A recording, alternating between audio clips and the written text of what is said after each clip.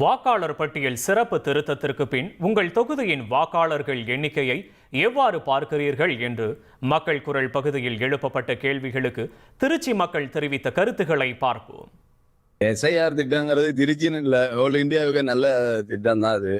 அது என்னன்னா நிறைய பேத்துக்கு இதுல அரசியல் நடவடிக்கைன்னு நினைப்பாங்க. ஆனா அது கிடையாது. இதுல உண்மை என்னன்னு பாத்தீங்கன்னு வச்சுங்களேன், இறந்தவங்களோட ஓட்டையே நிறைய நீக்காம இருக்காங்க. அதே மாதிரி ஒரே ஏரியாலேயே 2 இடத்துல அவங்களுக்கு ஓட்டு இருக்கு. அந்த மாதிரி இதெல்லாம் கலைஞ்சாதான் சரியா இருக்கும்.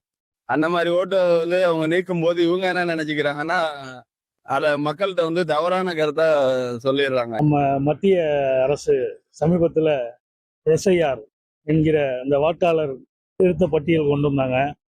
இந்த பட்டியல் மிகவும் சிறப்பா இருக்கு. நேற்று இறுதி பட்டியல் அறிவிச்சிருக்காங்க. அதுல தமிழ்நாடு லெவல்ல கிட்டத்தட்ட 1 கோடிக்கு மேல வாக்காளர் நீக்கமாயிருக்கு. எங்க திருச்சி மாவட்டத்துல 3,60,000 சொச்சம் வாக்குகள் நீக்கப்பட்டிருக்கு. குறிப்பா எங்க கிழக்கு தொகுதியில ஒரு 60,000 வாக்கு நீக்கப்பட்டிருக்கிறது. வரப்போற எலெக்ஷன்ல கண்டிப்பா கிட்டத்தட்ட ஒரு 1 கோடி வாக்காளர்கள் நீக்கமாயிரும். அப்போ இது ஒரு வரவேற்கத்தக்க விஷயம். ஓட்டு தேவையில்லாத ஓட்டுலாம் நிறைய இருந்துச்சு. அதெல்லாம் பூத்து எல்லாம் எடுத்திருக்காங்க. இப்ப அதை கரெக்டா செஞ்சிருக்காங்க. செத்தவங்க லிஸ்ட்ல இருந்ததெல்லாம் எடுத்திருக்காங்க. அப்படிதான் போயிருக்கோம். பாரு அந்த 1 கோடி இருக்கிற ஓட்டை எடுக்கிற மாதிரி தெரியல. அதே மாதிரி ஒவ்வொருத்தவங்களுக்கு ஒரு ஆளுக்கு 2 இடத்துல ஓட்டு இருக்கும். எப்படின்னு கேட்டீங்கன்னா, இந்த டிஸ்ட்ரிக்ட்ல ஒன்று இருக்கும், அடுத்த ஒரு டிஸ்ட்ரிக்ட்ல ஒன்று இருந்திருக்கும். இப்போ இந்த ஆதார் கார்டு கொண்டு வரதுனால கொஞ்சம் சரி பண்ணியிருக்காங்க அப்படின்றது நம்பிக்கை. 2002 இருந்து 2025 வரை இறந்தவங்களுடைய பட்டியல் முழுமையா நீக்கப்பட்டிருக்கா அப்படின்னு ஒரு கேள்வி. இப்ப அந்த எஸ்ஏஆர் ஃபார்மே சரியான முறையில டிஸ்ட்ரிபியூட்டர் பண்ணல. அதான் நான் என்னைய பொறுத்தளவு நான் அதான் சொல்லுவேன்.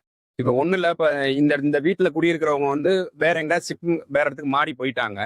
அப்ப அவங்களுக்கு அந்த எஸ்ஏஆர் ஃபார்ம்ங்கிறது சரியா கொடுக்கல அப்படின்னா அவங்களுக்கு எப்படி வாக்கு செலுத்த முடியும்? இப்போ ஒண்ணுல திருச்சி கிழக்கு சட்டமன்ற தொகுதியில இருந்தவங்க மேற்கு சட்டமன்ற தொகுதிக்கு போயிட்டாங்க.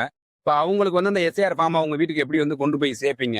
இப்ப என்னன்னா, இதை நாங்க எஸ்ஐஆருங்கிறது சரியான ஒரு இதுதான். ஆனா வாக்கு இருந்தும் வாக்கு செலுத்தாத சூழ்நிலை யாரும் உருவாயிடக்கூடாது. அதுதான் எங்களுடைய கருத்து.